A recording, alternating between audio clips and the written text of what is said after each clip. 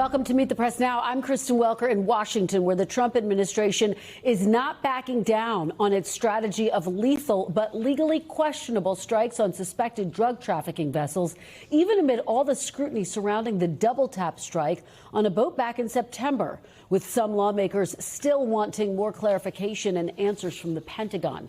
Yesterday, the Defense Department announced it carried out another lethal strike on a suspected vessel in the Eastern Pacific, killing 4 so-called narco-terrorists on board. Like all the other strikes, the administration did not provide any evidence that this boat was carrying illegal drugs or any details about the individuals killed.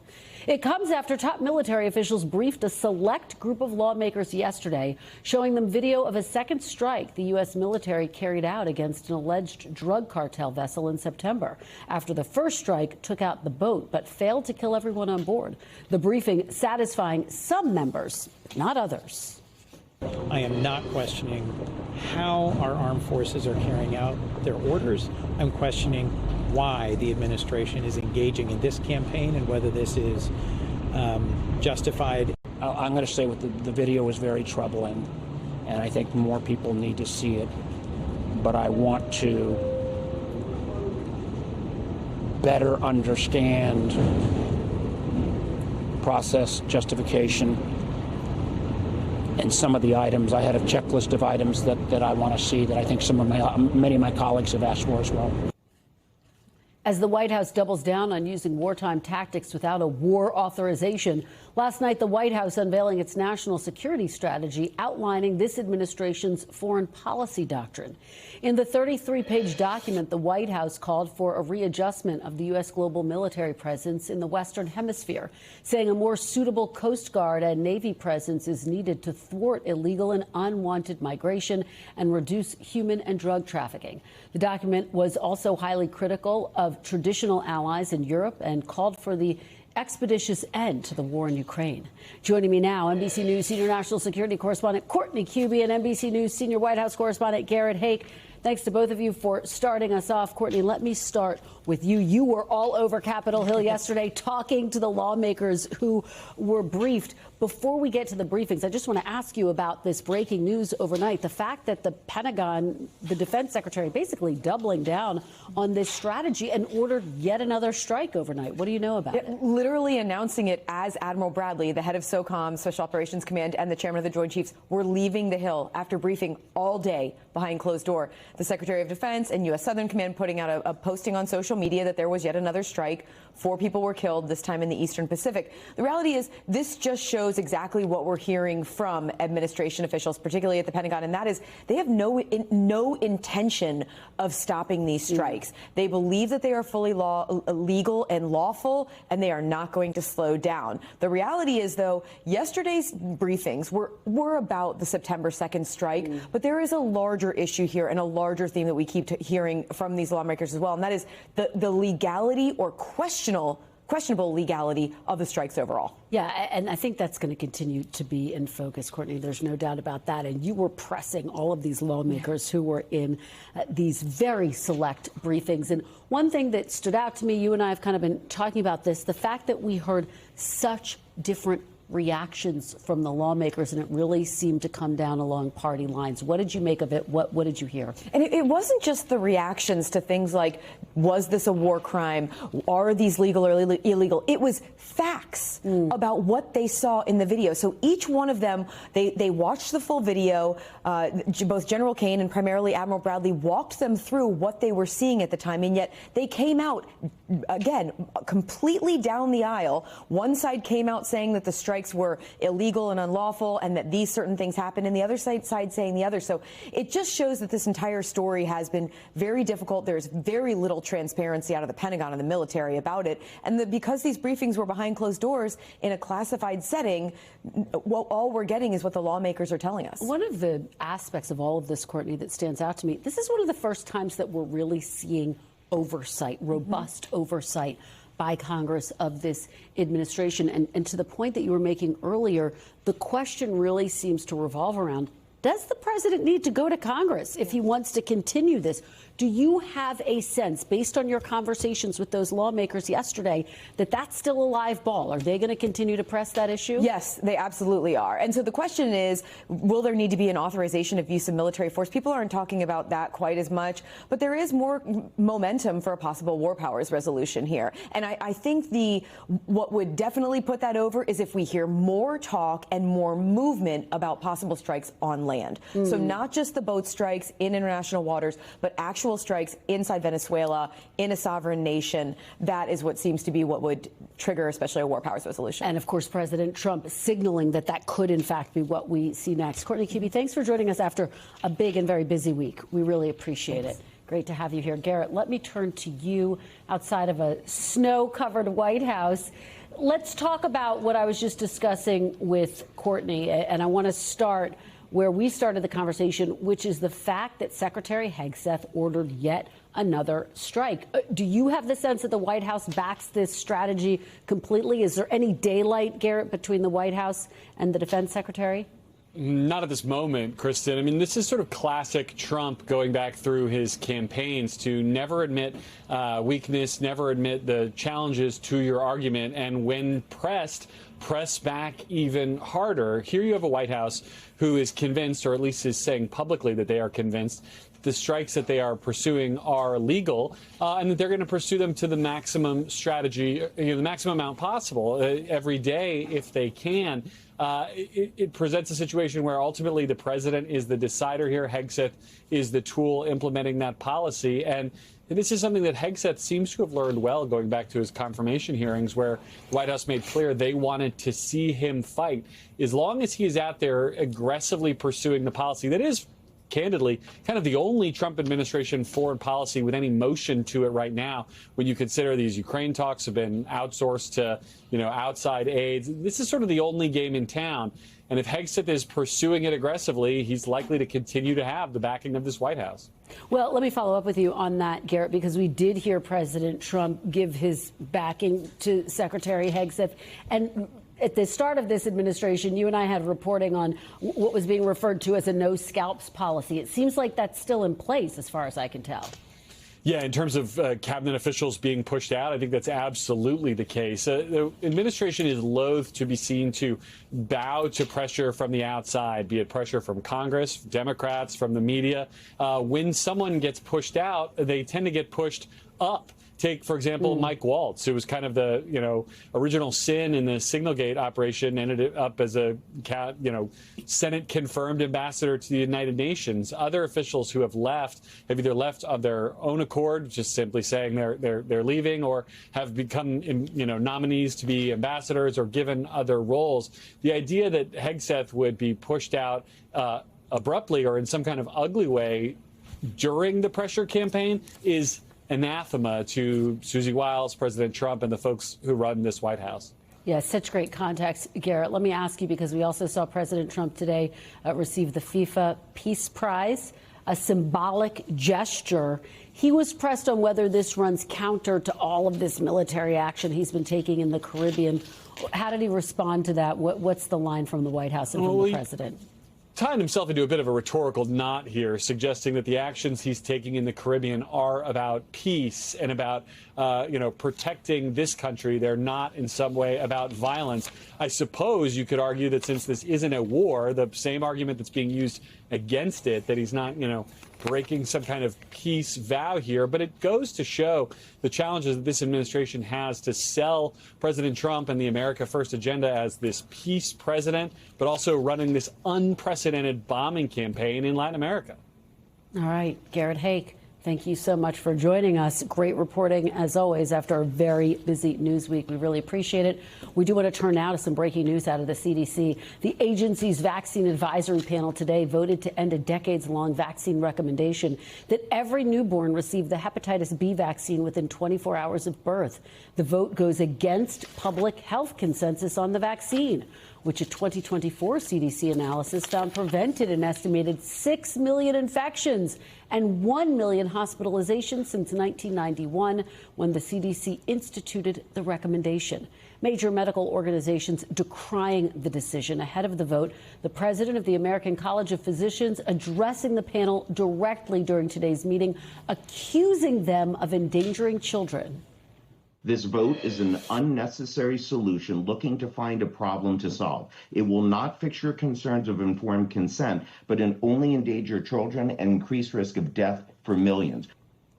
After the vote, Republican Senator Bill Cassidy himself, a liver doctor, slammed the decision, calling it a mistake and calling on acting CDC Director Jim O'Neill to reject the recommendation.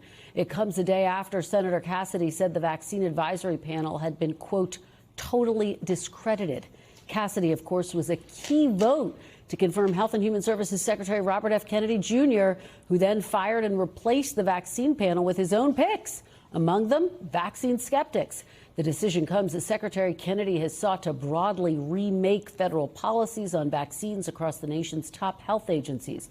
This week, 12 former FDA commissioners warning in a letter about planned changes how the agency handles its vaccine approval process. After the FDA's top vaccine regulator said in an internal memo without evidence that 10 children died due to the COVID-19 shot. Our own Ann Thompson spoke to President Trump's FDA commissioner and asked him about the agency's and administration's stance on vaccines. What would you say to people who look at this and think you are trying to implement an anti-vaccine agenda? I think we have to get away from the labels, and not just in this space, but in society in general. These issues in science are very nuanced and sort of a McCarthyism of branding people when I said very clearly, I want to see childhood vaccination rates increase. To ask a question and to make that question illegal to ask is the exact sort of censorship that we saw in the last administration.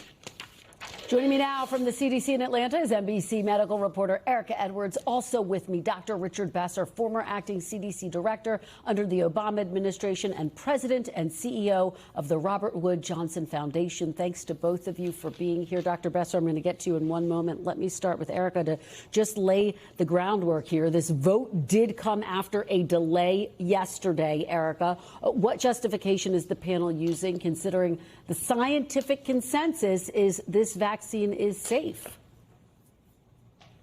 Hi, Kristen. Good afternoon. So the panel really seemed to be fixated on data that doesn't exist. Even though the shots have been deemed safe for years and years, there was a lot of concern about what risk could occur, what could happen. The members are also quite vocal about shared decision-making, shared clinical decision-making between families and their doctors. That's been a big theme over the past 2 days. Kristen?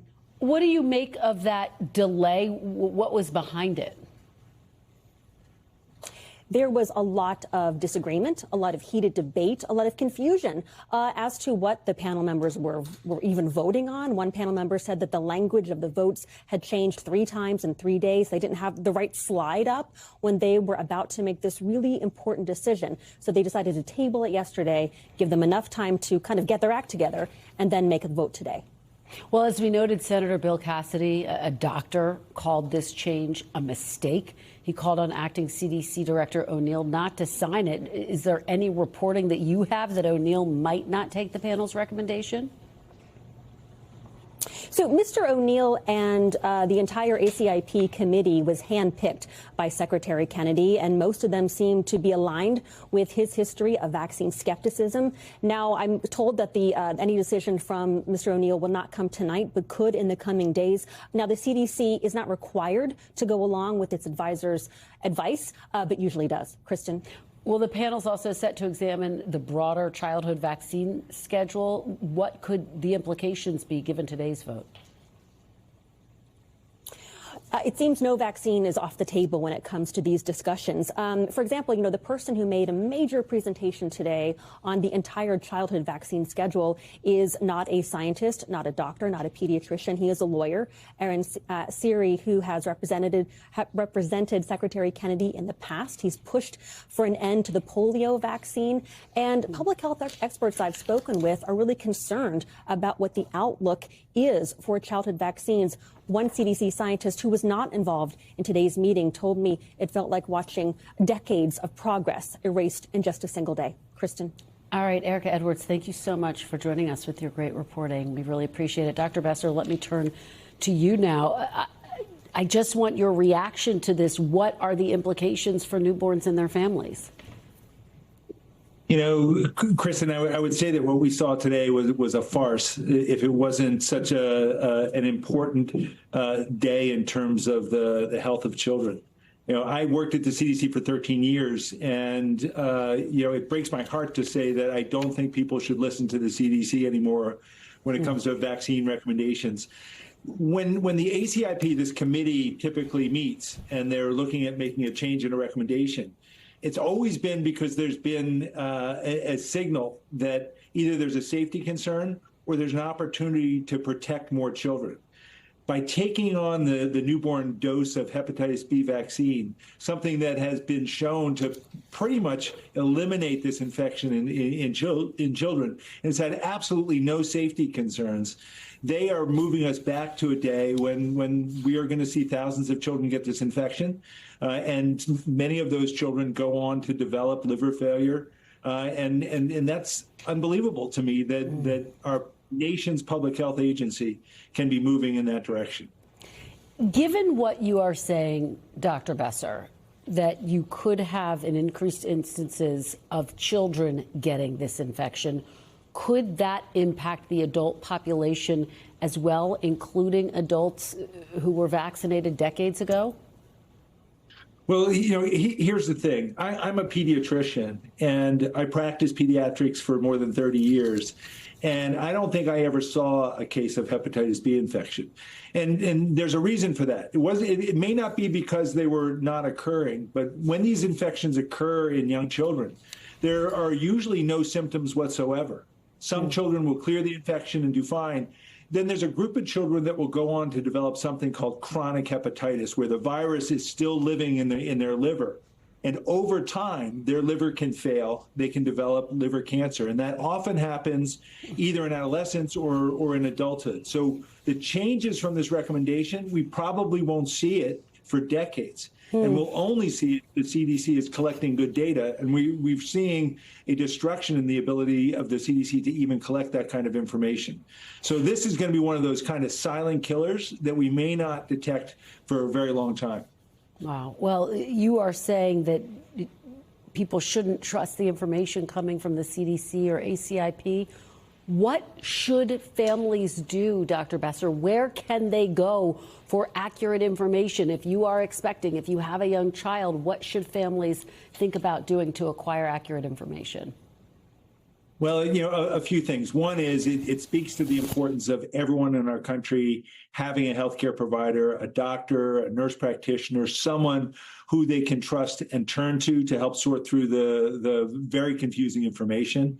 Policymakers should be looking to medical societies, the Academy of Pediatrics, the American College of Physicians, the American Medical Association, to give the recommendations. Insurance companies should no longer look to CDC. They should look to these medical societies.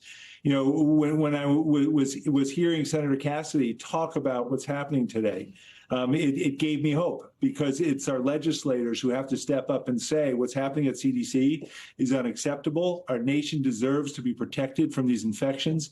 And having a Secretary of Health with such a strong anti-vaccine agenda that he is marching forward on puts us all at risk. And just to be clear, so in its recommendation, the panel said women who are Hep B negative can still opt in for the birth dose in consultation with their provider. Currently, the standard is women can opt out. Can you tell us what that change might mean? Yeah, so the way it works is if a woman is tested and is hepatitis B positive, the recommendation is that her newborn baby gets the hepatitis B vaccine. This is very similar to what the recommendations were before 1991. And they helped reduce the number of cases dramatically, but there were still thousands that occurred. The reason for that is a woman can become positive after she's tested. A child can get this infection in ways apart from his or her mother. And so a parent a mom who tests negative, who wants her child to be vaccinated, can do so. They're recommending that occur not before 2 months of age. And what happens is children fall through the cracks, information doesn't get passed along. And so we're going to see, we have such a terrible healthcare system in terms of follow-up and continuity that we are going to see children who are missed. And in particular, lower-income children who may be less likely to have a care provider who's with them on a regular basis. So, this is a challenge. It's something that I hope doesn't set the path for where we're headed. But I am really concerned, given the other presentations today, that this committee is going to take down the entire childhood vaccination schedule. And that is going to be very, very frightening. All right, Dr. Besser, well, we really appreciate your joining us to sort through this incredibly significant announcement. Thank you so much for being here. Thanks very much, Kristen. Coming up, sources tell NBC News that the man accused of placing the pipe bombs near the DNC and RNC headquarters ahead of the January 6th attack on the Capitol has confessed as he appears in court for the first time today. The details next. Plus, meet the voters who backed Democrats in last month's elections after voting for President Trump last year. Why they flipped and what it means for the White House in the midterms. The latest installment of our Deciders Focus Group is straight ahead. You're watching Meet the Press now.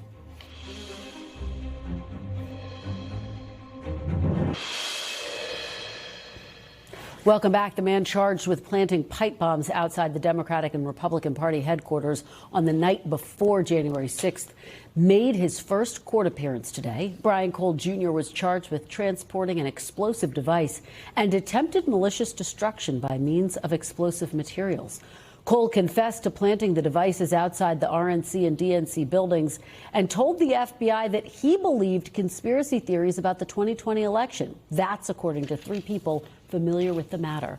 Joining me now is NBC News senior justice reporter Ryan Riley. Ryan, thank you so much for being here. You've had some great scoops on this story. You were at the courthouse today. What can you tell us about what unfolded there? Yeah, I mean, so we had a lot of family support. There are a lot of people in the audience behind them. They declined to comment to us afterwards, but the lawyer said that there was a lot of family support there. There were some basic questions here. The next step of this is going to be the detention hearing, but we're hearing some trickles coming out. As we reported, he did believe those. He told the FBI that he believed that the 2020 election was stolen. And U.S. Attorney Jeanine Shapiro actually confirmed that this evening in an interview with ABC, telling them that the suspect said that he was disappointed in the 2020 election results. And if you rewind, that makes sense here, because why would you plant bombs on the eve of the January 6th attack if you weren't trying to stop the election? It wouldn't make sense if you were a Biden supporter. So it takes me to my next question, which is, of course, that President Trump pardoned everyone who was convicted of a crime related to January 6th. If you are the defense attorney of this suspect,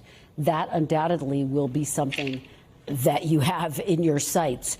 Do you think that will loom large over this potential case? Yeah, I had one trusted source say that would be the first motion that they would file, is to say that this applies to his actions. I don't necessarily know that the judges are going to go along with that, but I think there will be some interesting debates potentially about it down the line, because, the language of the pardon itself mostly spoke to charges that were looming at that moment. And since that point, it's essentially been prosecutorial discretion, them deciding not to charge hundreds of other people they could have charged who were never charged, including people who viciously assaulted law enforcement officers, I should say, with any crimes since Donald Trump took back office.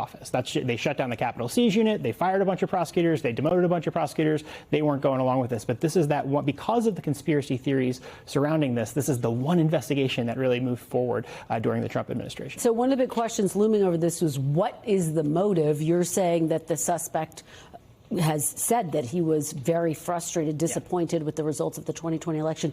Is that the motive? What are authorities saying about that? You know, they're not explicitly saying motive. I think we're going to get to that as these filings, take place in the future ahead of that detention hearing that's going to be coming up soon. But, based on the fact that he believed that the election was stolen, I think that probably suggests here you never want to close any possibilities out at the base, at the start of an investigation, and you definitely want to get it from the man himself in this case who allegedly did this, but that would also be what logically makes sense for someone, because it wouldn't make a lot of sense if you supported Joe Biden to try to stop his election from being certified. And what are you watching for next? The detention hearing? Is there any sense that this person did act alone? Is that what authorities believe? That's the belief right now. I certainly think we'll be looking for future details, but it's also going to be really interesting how the president reacts to this, given now that we're getting some hints of motive, how people within the cabinet react to this, because you have two officials at the top of the FBI who spread conspiracy theories about the pipe bombing itself. And of course, you have, Jeanine Shapiro, who,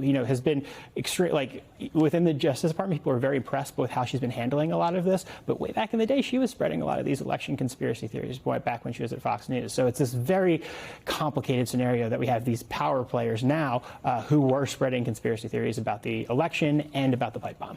All right, Ryan Riley, thanks so much for being here. We really appreciate it. Thanks so much. Great to see you. Turning to some major news today from the Supreme Court. The High Court announcing that it will decide if President Trump can end birthright citizenship. The case stemming from an executive order the president signed in his first day in office. The eventual ruling is expected to come by the end of June. Another setback, meanwhile, for the Trump administration's efforts to prosecute President Trump's political opponents. A person familiar with the matter telling NBC News that a federal grand jury declined to indict New York Attorney General Letitia James on bank fraud or other charges. The grand jury was presented with the case yesterday. Less than 2 weeks after a federal judge dismissed the original case against James and former FBI Director James Comey, ruling that the acting U.S. attorney who brought the cases was not lawfully appointed. The Justice Department could still seek an indictment against James again in the future. Coming up next, The View from Voters. A group of key swing voters speak to NBC News about their views on the economy, inflation, affordability, the president, and much more. Keep it here on Meet the Press Now.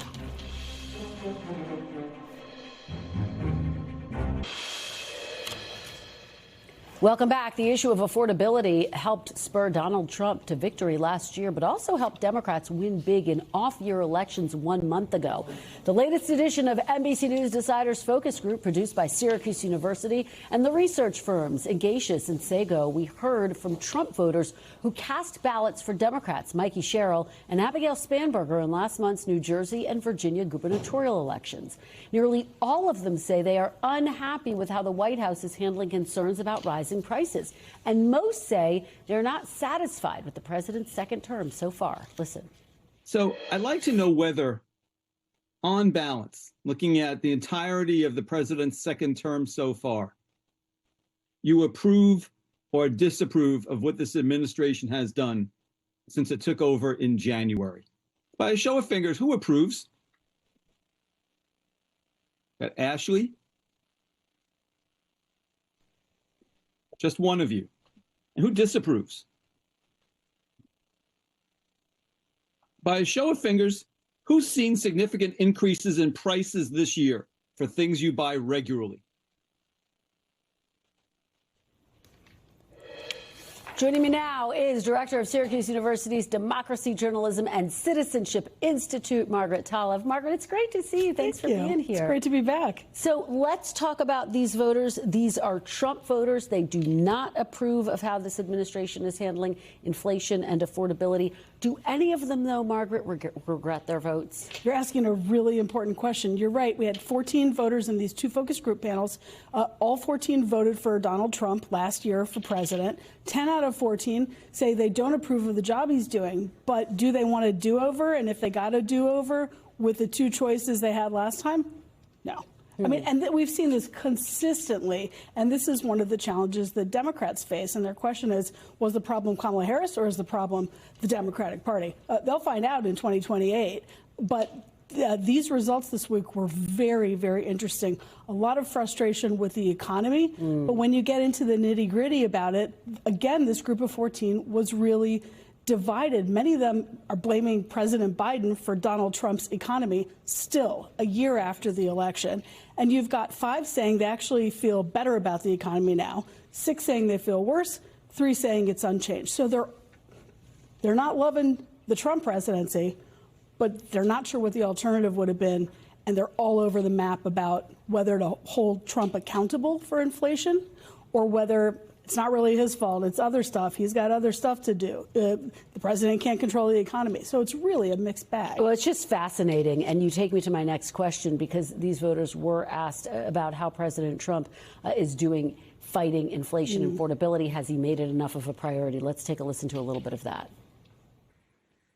By a show of fingers, who thinks President Trump has made fighting inflation a top priority in his first 10 months in office? None of you do. I think he's delusional. Just, he said the other month that grocery prices haven't gone up. Shows he's out of touch and delusional, not listening to the facts. Well, I would say there's so many other problems that have just taken a priority over that. Part of Trump's problem is he lacks focus, and I just don't think he can solve everything at once. And so while I think it's an important issue, I don't hold it against him, the fact that that hasn't been a top priority. Basically, just because of the average person in America, I don't think that they're being catered to. I think it's a big difference now with middle class and higher class. And I know one of the biggest things that has an effect to people that I know is healthcare. Especially with Medicaid as well, with there being cuts to Medicaid. I feel like I expected certain things to be improved or certain things to become more affordable, and it did the exact opposite. So, Margaret, President Trump called affordability a Democratic hoax. Yeah. Earlier this week. How is that playing with these voters and the concerns overall about the economy? Affordability is a real problem for everyone in these 2 panels, and you can see it. And look, none of this is good news for President Trump, but President Trump is not running for re-election. And so the question is it good news for Democrats that they feel this way about President Trump?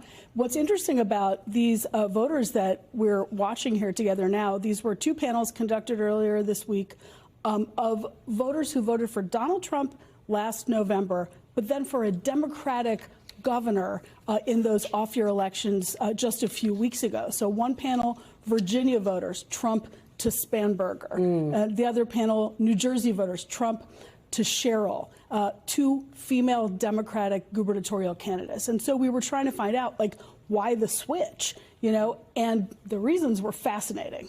Well, and affordability, certainly one of those central reasons. And what's notable, though, we asked these voters about their views of the Democratic Party, which weren't exactly positive. Let's take a listen to a little bit of that. What are the key characteristics or traits that best describe today's Democratic Party? Elite, dishonest, scolding. Pearl clutching. Promises, no delivery. Out of touch. Dishonest. Weak, unfocused, and grasping to the left. Ineffective and old. Kind of a lack of leadership. Inconsiderate. Out of touch. I would say inconsiderate too. It's kind of wishy-washy, like meh, like lackadaisical. Ouch. You can like watch them for hours. You could watch this for hours.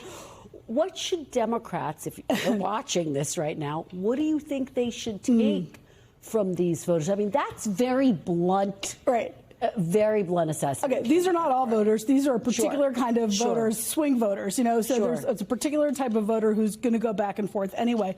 But you might watch this and say, why did they vote for these Democratic governors then? Yeah. It must have been a referendum against Donald Trump. No, most of them said that responding to Trump was not what was driving their vote. And so what they liked about Spanberger and Sherrill, overwhelmingly, they told us, was that they basically trusted him. They seemed like kind of moderate and like like they had skills and that they liked them better than the character of their Republican rivals. So candidate quality matters. That sort of charisma / trust matters. And these voters in particular, they don't like extremism. We heard them again and again say they like some of Trump's ideas, but not the way he's executing them. It's too over the top for them. The immigration and the stuff with the boats, like that's not what they want. They just want competence. And with Sherrill and Spanberger, this particular group of voters sees that. So for Democrats, at least if you're trying to appeal to swing voters, the message is someone who can kind of not be stuck on the fringes of the party and be leaning into the sort of common sense of affordability or nonpartisan, bipartisan issues is appealing to these particular voters. Both Spanberger and Sherrill moderates, and that was what they leaned into. Margaret Talev, thank you so much for being here. Really fascinating. Thanks. Come back soon with more. We appreciate it. Coming up after the break, mapping the midterms. The Supreme Court delivers Republicans and President Trump a major win in the battle over redistricting in Texas as Republicans gear up for the next big redistricting fight in Indiana. Stay with us right here on Meet the Press Now.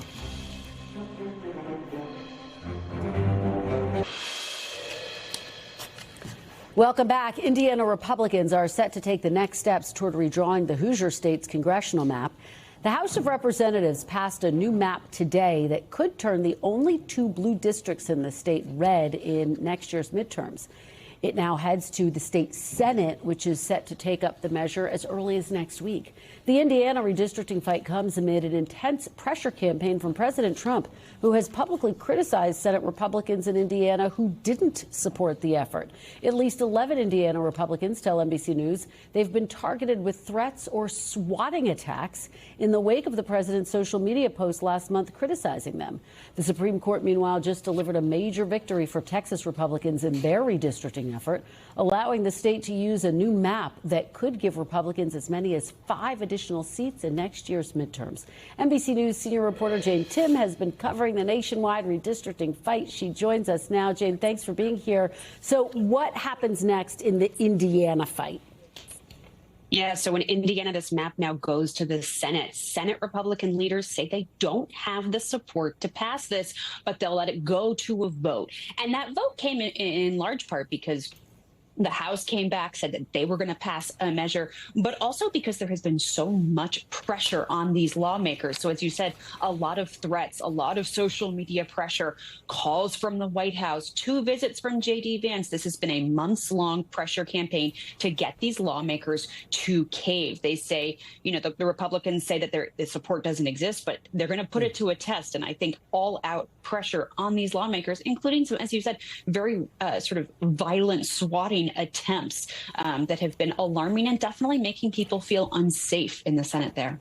Jane, if they don't have the support, could that change by the time this goes for a vote? You know, it's really funny. This is a hard legislature to crack because all of these members are really keeping it quiet about how they're going to vote in their conversations with each other, in conversations with the press. Really, you know, this is one of the true democratic processes where we don't know what's going to happen. It always makes it exciting, right? Well, look, the Supreme Court allowed Texas to move forward with its new congressional map. Does that decision impact any other states' redistricting efforts?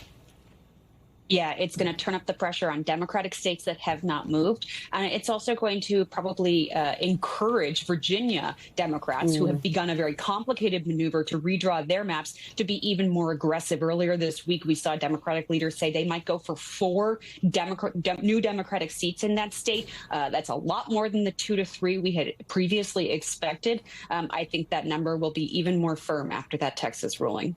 And bring us up to speed about what's happening in Florida. Well, Florida has begun their process. This is sure to be the most contentious one. And what's different about all these other states is, well, it's very legal to partisan gerrymander in the rest of the country. In Florida, it is point blank not legal to partisan gerrymander.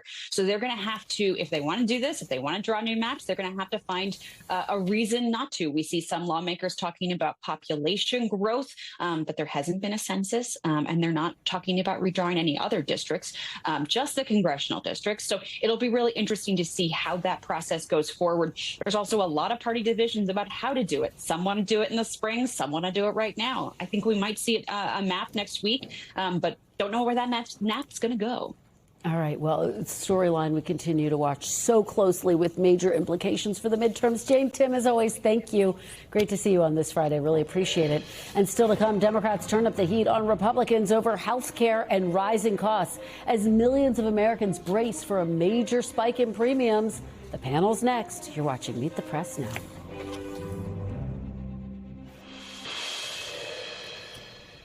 Welcome back. It looks increasingly unlikely Congress will reach any health care deal before the Affordable Care Act subsidies expire at the end of the month. Democrats are ramping up their attacks on Republicans, seeking to tie it to larger issues around affordability. House Republicans promised, along with Donald Trump, that they were going to lower costs on day one. Costs aren't going down in the United States of America. Costs are going up. Housing costs through the roof. Electricity bills through the roof. Grocery costs through the roof.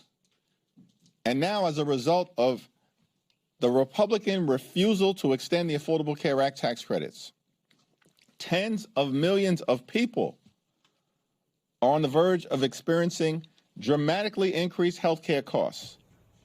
Joining me now is our panel, Dan Merica, co-anchor of the Early Brief newsletter at the Washington Post, Don Calloway, former Missouri state representative and now a Democratic strategist, and Republican strategist Annalise Keller. Thanks to all of you for being here on this Friday. Yeah. Dan, set the stage for us here in this health care battle. It was literally at the root of the longest government shutdown in U.S. history. It doesn't seem like they're any closer to reaching a deal. Is this just going to go into the new year and a premium's going to expire? Yeah, I think this is where a lot of people who were watching this government shutdown and the deal that was struck, this is where a lot of people thought this was going to end up, that they wouldn't eventually get a deal. And the people who are going to be punished for this are American people who are going to see their premiums go up. This all factors into the political debate that's happening right now on affordability. It's a really personal debate for a lot of voters. I mean, this isn't something that's kind of esoteric or kind of policy-based.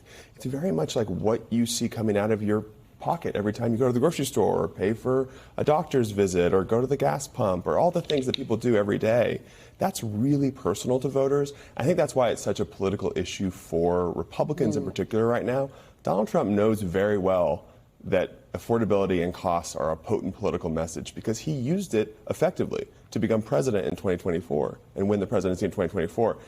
Right now, it seems like he's losing that battle on affordability, and he's kind of got to get back to the message that helped him in 2024. Annalise, are Republicans worried that if these subsidies expire, which Dan's reporting suggests that's the likely path right now, are Republicans concerned that this will hurt them politically? In other words, is this one of those moments where, because they've said we're going to have a plan, Secretary Besser was just on Meet the Press a couple weeks ago saying the president's going to announce a new health care plan. That hasn't happened yet.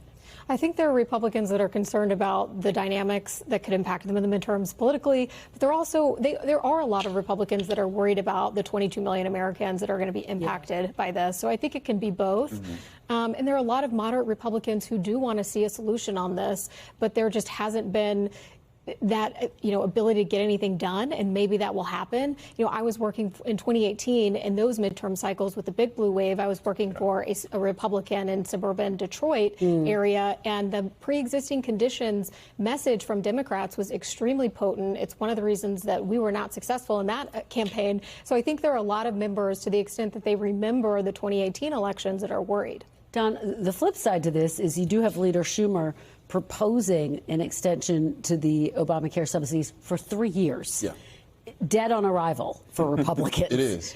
Does that send the message to voters that Democrats aren't serious about getting a deal, that they want to be able to campaign on this? Not at all. And the reason it doesn't send that message is because, I understand that the shutdown and all this stuff is fresh on our minds, but we are 15 years into debating the viability of Obamacare, right? 15 years. And I don't see in any point in that 15 years in which Republicans, House Republicans or Senate Republicans, have produced a viable plan. We're 10 years into the Donald Trump experience, right? From coming down the stairs at Trump Tower. He has not he's presented tax plans. He's presented billionaire subsidy plans. We have not seen a fundamental health care plan that would work for average, ordinary, working American people. And so if not Obamacare extended for another 3 years, then what? Republicans own this town right now. They run every chamber, and the president's authority is virtually unquestioned, except for he has not been able to present a reasonable health care plan for 10 years now of him dominating the Republican Party.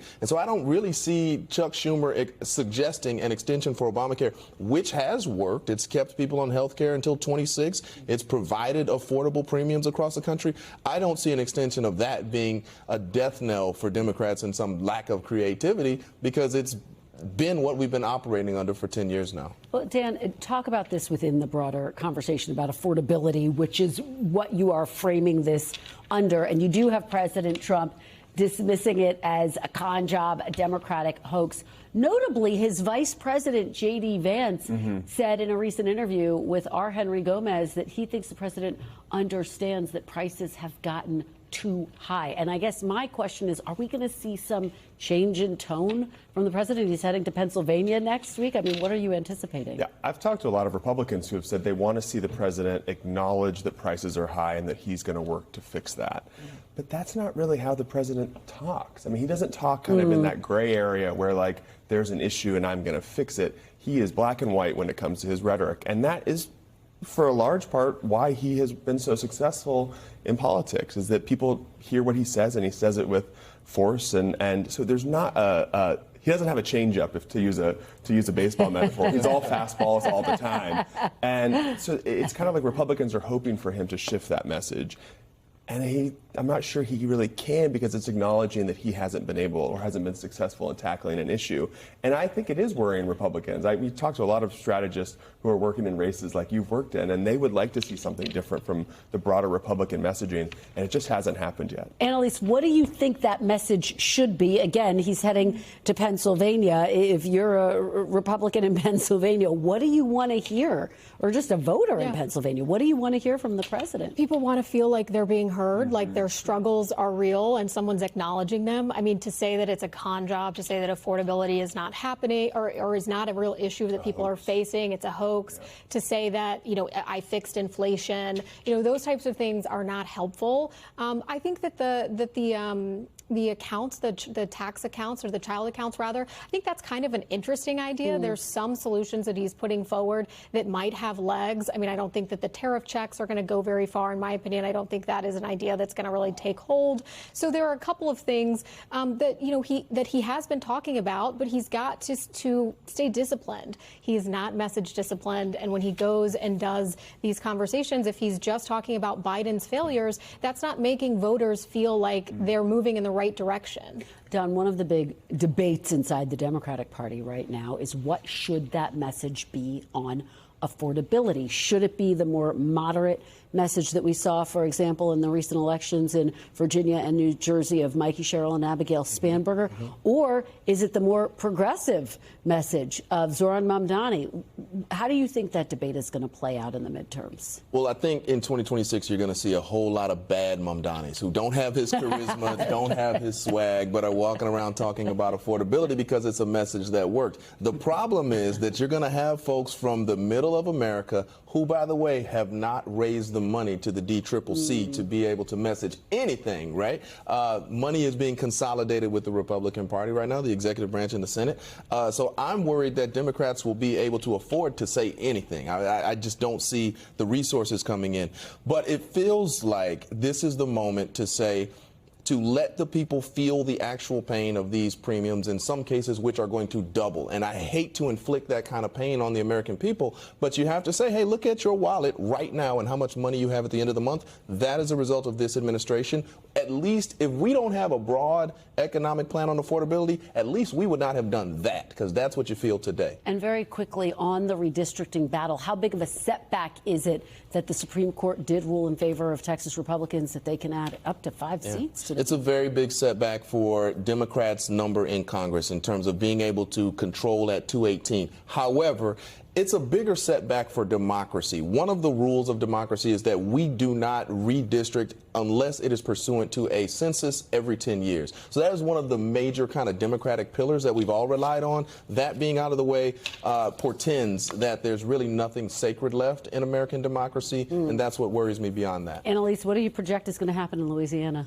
I just want to go back quickly to the redistricting because I think it's really important that these redistricts in Texas are based on the census data from 2024, or rather the presidential election results of 2024 with that Trump coalition. And I am not confident that that Trump coalition in a midterm election is going to stay with Republicans. And I think that there might be a chance that some of this backfires. Dan, you're calling it a big risk. Yeah, I mean, it's a big risk. I mean, you see some Republicans in these states already worrying about that you can't necessarily assume that Latino voters, for example, in the Rio Grande Valley, or Latino voters in South Florida, for example, if they go ahead with redistricting, that they're going to stick with Trump when he's not on the ballot. It's a issue we've seen over the last decade. Donald Trump does very well at the ballot box when he's on the ballot.